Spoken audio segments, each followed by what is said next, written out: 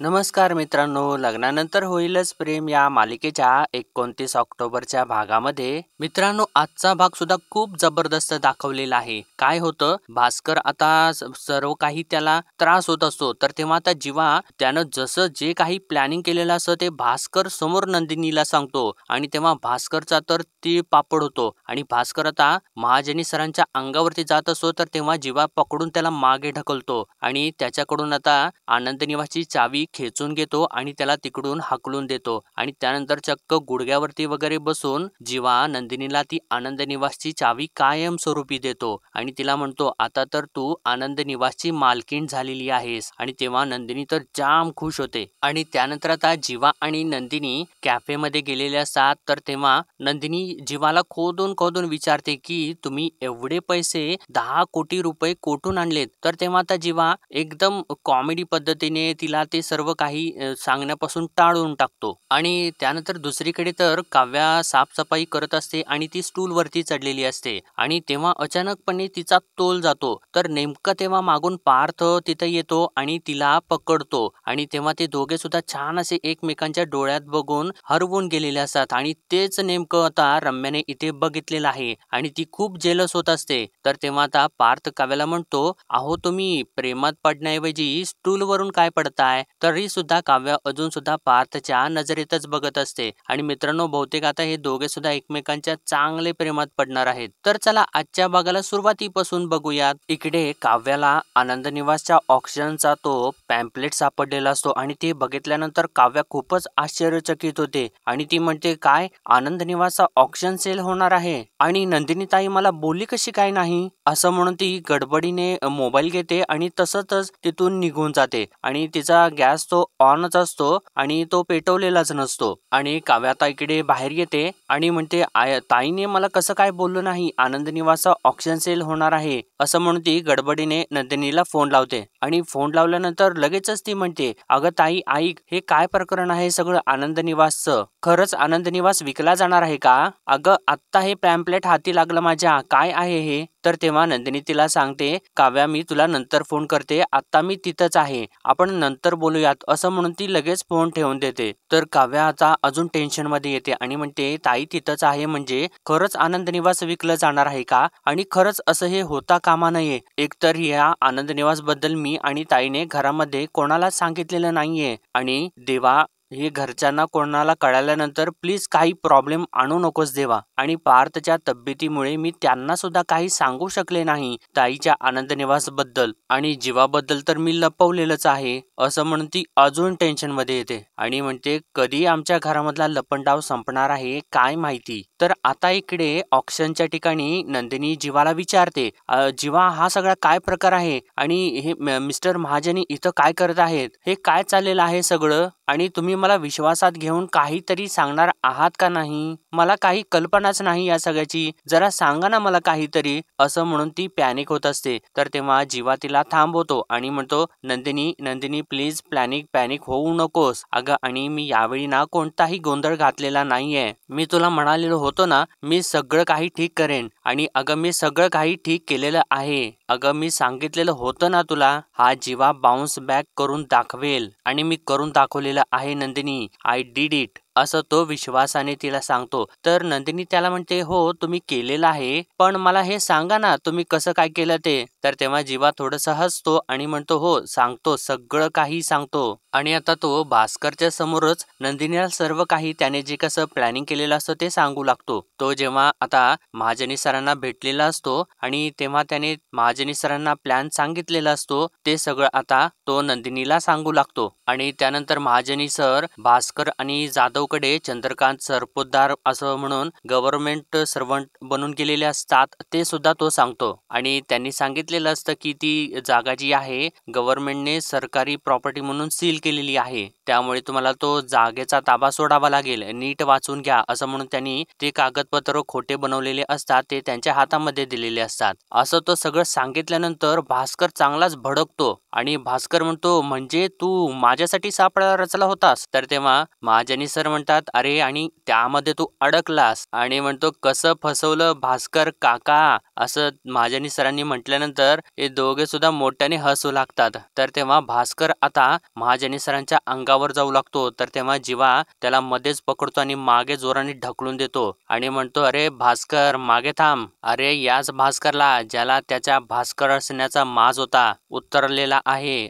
आज. अरे हे सगळं मी काही तुझ्याकडून शिकलेलो आहे. अरे अरे एक डाव तू खेळलास, आता एक डाव मी खेळलो आहे. आता खेळ संपला. तर तेव्हा भास्कर त्याला म्हणतो, अरे तुझ्या बाजूने संपलेला असेल, पण माझ्या बाजूने नवा खेळ सुरू होईल. जोपर्यंत मी तुला लोळवत नाही ना तोपर्यंत मी स्वस्थ बसणार नाही. असं त्यानं बोट करून बोलल्यानंतर जीवा चक्क त्याचा हात पकडतो आणि पिरगाळतोच. तर आता नंदिनी पुढे येते आणि जीवाला बास जीवा असं म्हणून त्याला मागं सरकवते आणि भास्करला म्हणते, काय करणार आहे तुम्ही, काय कराल? जीवांचा बदला घेण्यासाठी आणखीन एखादी शक्कल लढवाल, हेच ना? करा, तुम्हाला काय करायचं आहे ते करा. पण एक गोष्ट लक्षात ठेवा, यापुढे ना तुम्हाला जीवांना हात लावण्याआधी माझ्याशी पंगा करावा लागेल. असं तिने म्हटल्यानंतर आता जीवाला तर त्या गोष्टीचं खूप भारी वाटतं. तर नंदिनी पुढे म्हणते, चांगुलपणाचा मुखवटा घालून तुम्ही आमची फसवणूक केलीत, पण आता नाही. आता ना मी फसणार ना जीवांना फसू देणार. यापुढे ना छाती ठोकपणे आम्ही तुमचा सामना करू. तर तेव्हा आता जीवा सुद्धा म्हणतो, चला चला भास्कर काका, मी घेतलेल्या प्रॉपर्टीची चावी मला परत करा. असं म्हणून तो हात पुढे करतो आणि चला टाइमपास करू नका, कुठे लोक देताय. असं म्हटल्यानंतर आता भास्करचा नाईलाज होतो आणि भास्कर आता चावी काढून जीवाच्या हातामध्ये देत असतो. तर तेव्हा आता जीवा त्याच्या हातामधून चावी खेचून घेतो आणि त्याला म्हणतो, बघतो काय, तिकडे दरवाजा आहे, निघ चल. असं म्हटल्यानंतर आता भास्कर आणि जाधव दोघे सुद्धा तिथून निघून जातात. तर तेव्हा जीवा हसत असतो. तर नंदिनी त्याला म्हणते, हसताय काय, मला एकदाही विश्वासात घेऊन सांगावंसं नाही वाटलं तुम्हाला? अहो किती टेन्शन घेतलं होतं मी या सगळ्याचं. तर तेव्हा जीवा म्हणतो, अगं असं काय करतेस, तुला जर संकटात मी टाकलं होतं तर त्या संकटातून बाहेर काढायची जबाबदारी माझीच होती ना. अगं तुझा आनंद निवास ना त्या भास्करच्या घशात नाही जाऊ देणार. उलट आता ना तू आनंद निवासची मालकीण झालेली आहेस, ते तुझं झालेलं आहे. यापुढे ना त्यावर फक्त आणि फक्त नंदिनी देशमुखचा हक्क असेल. आणि तू खुश आहेस ना? असं त्यानं विचारल्यानंतर नंदिनी सुद्धा हसत हसत हो असं सांगते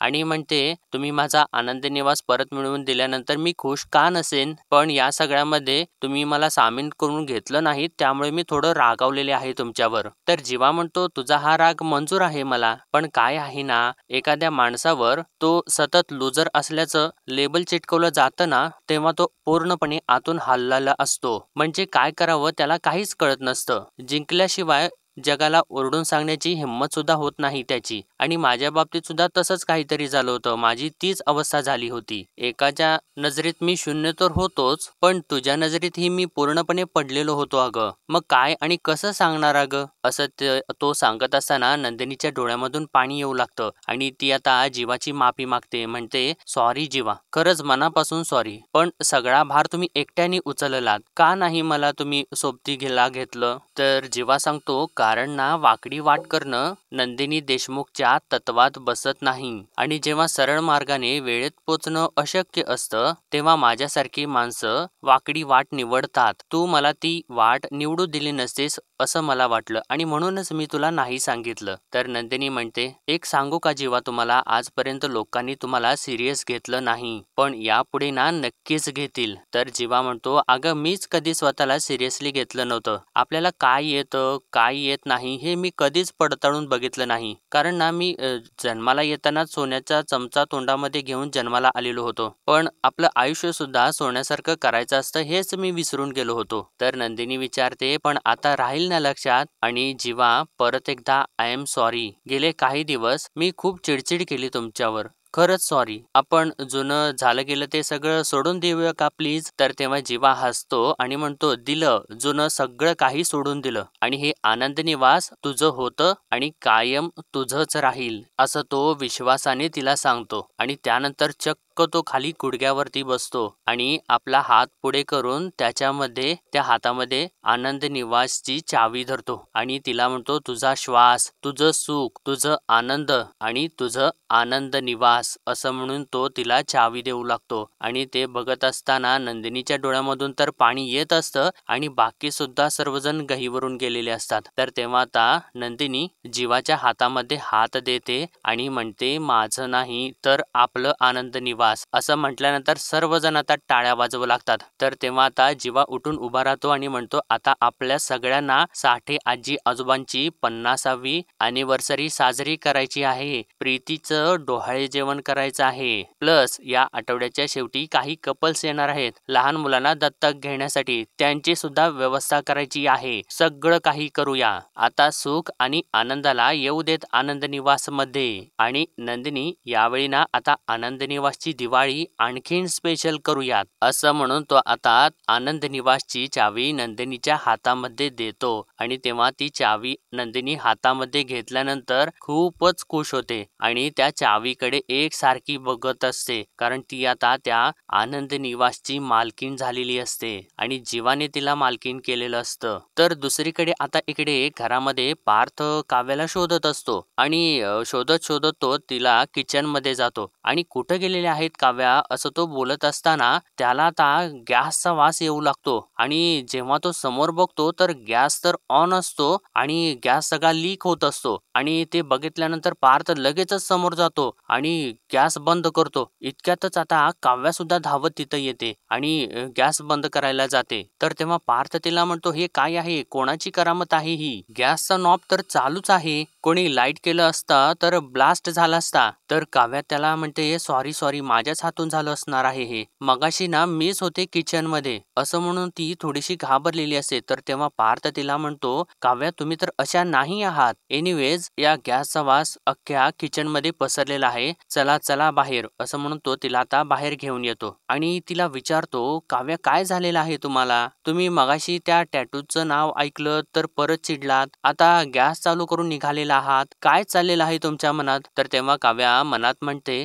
तशा तर बऱ्याच गोष्टी सुरू आहेत, पण निदान तुम्हाला एक गोष्ट तर सांगून टाकते आनंद निवास बद्दल. तर आता पार्थ परत तिला विचारातून बाहेर काढतो आणि म्हणतो, काव्या कुठे हरवलेला आहात? तर तेव्हा काव्या म्हणते, नाही माझ्याच विचारात हरवलेले आहे, तेव्हा सुद्धा आणि आत्ता सुद्धा. तर पार्थ म्हणतो, काही असेल तर बोला. तर काव्या म्हणते, आहे खरी एक गोष्ट मनात, म्हणजे ना नंदिनी ताई बद्दल आहे. तर तेव्हा आता पार्थ तिला म्हणतो, अहो सांगाल का असं म्हणतो, हात हलवतो आणि त्याला जिथं भाजलेलं असतं तिथं डायनिंग टेबलची खुर्ची त्याला लागते आणि त्याला जराशी जोराची कळ येते. तर तेव्हा काव्या एकदम पॅनिक होते, म्हणते, अहो काय हो हे देशमुख, काय, जरा तुम्ही इथे बसा बरं असं ती म्हणत असते. तर तेव्हा पार्थला खूप दुखत असतं आणि तो इवळत इवळत खाली बसतो. इतक्यात मानिनी सुद्धा तिथं येते आणि त्याला म्हणते, अरे पार्थ काय झालं? तर तेव्हा पार्थ सांगतो, अगं आई काही नाही, माझा हात खुर्चीला लागला. तर मानिनी त्याला ओरडू लागते, म्हणते, अरे तू बाहेर का आला सांग बरं, मला खोलीत बसायचं होतं ना. आणि काव्याला म्हणते, काव्या अरे तू तर कशाला आणलंस त्याला?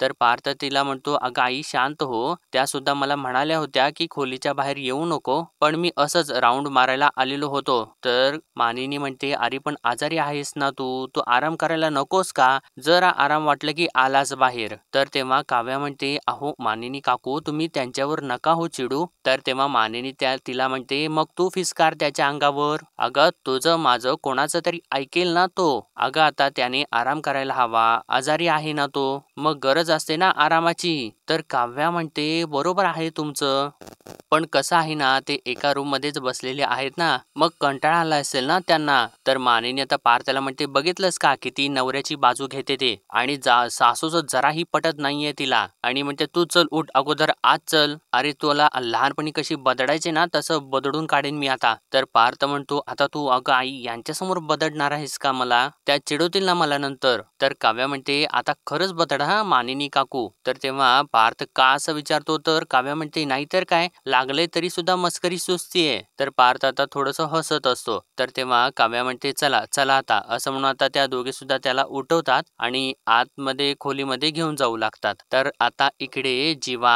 कॅफेमध्ये आलेला असतो आणि त्याने ते आनंद निवासचं जे मॉडेल असतं ते परत पहिल्यासारखं बनवलेलं असतं आणि आता जीवा आणि नंदिनी त्या मॉडेलकडेच बघत असतात आणि खूप खुश झालेले असतात. तर तेव्हा जीवा तिला विचारतो, आता ओके झालेला आहे आणि तू खुश आहेस का? तर तेव्हा नंदिनी म्हणते हो. तर आता नंदिनीला मानिनीचे शब्द आठवू लागतात. नंदिनी म्हणालेली असते, असं सगळं काही झालेलं असताना या सगळ्याकडे दुर्लक्ष करेल असा नाहीये जीवा. हा आनंद निवासचं जे मॉडेल आहे ना, ते सुद्धा तो जोडेल आणि जपून ठेवेल बघ आणि तुटलेलं जोडता येतं त्याला. तर आता नंदिनी ते सगळं आठवल्यानंतर जीवाला म्हणते, आई बरोबरच बोलतात. तुम्हाला ना तुटलेलं सगळं काही जोडता येतं आणि चक्क ती आपल्या कानाला हात लावून म्हणते, जीवा आय एम सॉरी, खरंच सॉरी. तुम्ही इतक्या प्रेमाने हे तयार केलेलं मॉडेल मी तोडलं आणि तुम्हाला नको नको ते बोलले, सतत दोष दिले. I am sorry, really sorry, मनापासून सॉरी. असं ती म्हणत असताना जीवा तिला थांबवतो. अगं एक मिनिट, किती वेळा सॉरी म्हणणार आहेस तू? त्याची काही एक गरज नाही. अगं लग्नानंतर मी सुद्धा खूपदा तुझ्यावरती चिडलेलो आहे, खूपदा तुला रडवलेलं आहे. आत्ता कुठे जरा कुठं माणसात आलेलो आहे, तेही तुझ्यामुळे. So all credit goes to you. आता ना मस्तपैकी आपण उद्या आनंद निवासचं दार उघडूया. तर तेव्हा नंदिनी म्हणते, ते तर आपण करूयात, पण आधी मला त्या माझ्या प्रश्नाचं उत्तर द्या. आणि ती आता विचारते, एवढे पैसे तुम्ही जमावले कुठून? तर तेव्हा आता जीवा आनंद निवासच्या त्या मॉडेलकडे बघू लागतो. तर तेव्हा नंदिनी म्हणते, अहो जीवा मी काय विचारते तुम्हाला? अहो 10 करोडची प्रॉपर्टी विकत घेतलेली आहे तुम्ही. कुठून आणलेत तुम्ही हे पैसे? तर तेव्हा जीवा म्हणतो, बघितलंस का, हे सगळं असं होतं. सगळा वेळ ना हे मॉडेल चिटकवण्यात आणि बनवण्यात गेलेला आहे. अगं ऑर्डर केलेलीच नाहीये आपण, ऑर्डर कधी करणार आहे? असं म्हणून तो आता त्या विषयाला बगल देतो आणि आता वेट्रेसला बोलवतो आणि म्हणतो, एक्सक्यूज मी, 2 फक्कड चहा आणि 2 ना मस्त बन मस्का एक्स्ट्रा बटर मारून. आणि आता नंदिनीला विचारतो, तुला आणखीन काय हवंय? तर तेव्हा नंदिनी म्हणते, मला उत्तर हवं आहे आणि तेही आत्ताच. तर तेव्हा जीवा वेट्रेसला म्हणतो, इतकीच ऑर्डर आहे. तर तेव्हा ती तिथून निघून जाते. तर तेव्हा आता नंदिनी परत जीवाकडे निशाणा साधते. म्हणते, अहो जीवा सांगा ना मला, कुठून आणले, कुठून एवढे पैसे?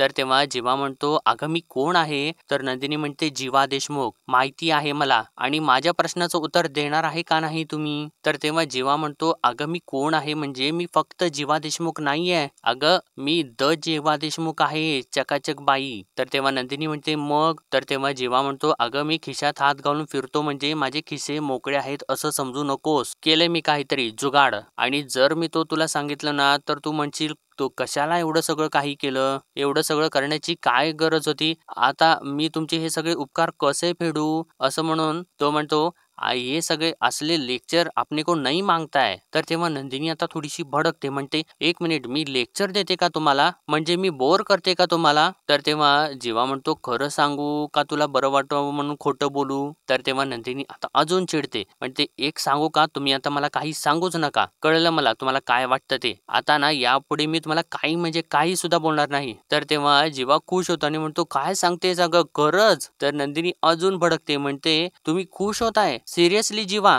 आणि मला ना आता तुमच्याशी बोलायचंच नाहीये. असं म्हणून ती उठून चाललेली असते. तर तेव्हा जीवा तिला थांबवतो आणि म्हणतो, अगं मी मस्करी करत होतो तुझ्या बरोबर. तुझं हे काय आहे? आणि मला एक गोष्ट सांग, तुझ्या नाकाच्या शेंड्यावरती हा राग परमनंट भाडेकरू आहे का? असं म्हणून तो मोठमोठ्याने हसू लागतो. तर तेव्हा नंदिनी त्याला म्हणते, अहो तुम्ही काय किती बोलताय मला जीवा? तर तेव्हा जीवा म्हणतो, हो का, मी खूप बोलतोय. आणि तू मला किती बोललीस? विसरलीस का लगेच? आत्ताच म्हणत होतीस ना, त्या दिवशी मी असा भिंतीवरती हा बॉल आपटून खेळत असताना काय काय बोललीस मला? जीवा काय चाललंय तुमचं? तुम्हाला सिरियसनेसच नाहीये. तुमच्याशी बोलण्यात काही अर्थच नाहीये. मला तुमच्याकडून काही अपेक्षाच नाही आहेत. आणि आता काय, आता मी बोललेलं दिसते तुला? अगं तुझ्या बोलण्यामुळे ना माझ्या मनाला चरे पडले, चरे. तर तेव्हा आता नंदिनी हसू लागते आणि म्हणते, इतके नौटंकी आहात ना तुम्ही, त्या महाजनींना पाठवलं ना त्याऐवजी तुम्ही जायला हवं होतं त्या भास्कर समोर. तर तेव्हा जीवा म्हणतो, अगं मी एका मिनिटात पकडला गेलो असतो. अगं सोड ना यार, इतका छान दिवस आहे, कशाला त्या भास्करची आठवण काढतोय आपण? अगं आज सेलिब्रेशनचा दिवस आहे, आपण छान सेलिब्रेशन करूया. आणि अगं दिवाळी आलेली आहे,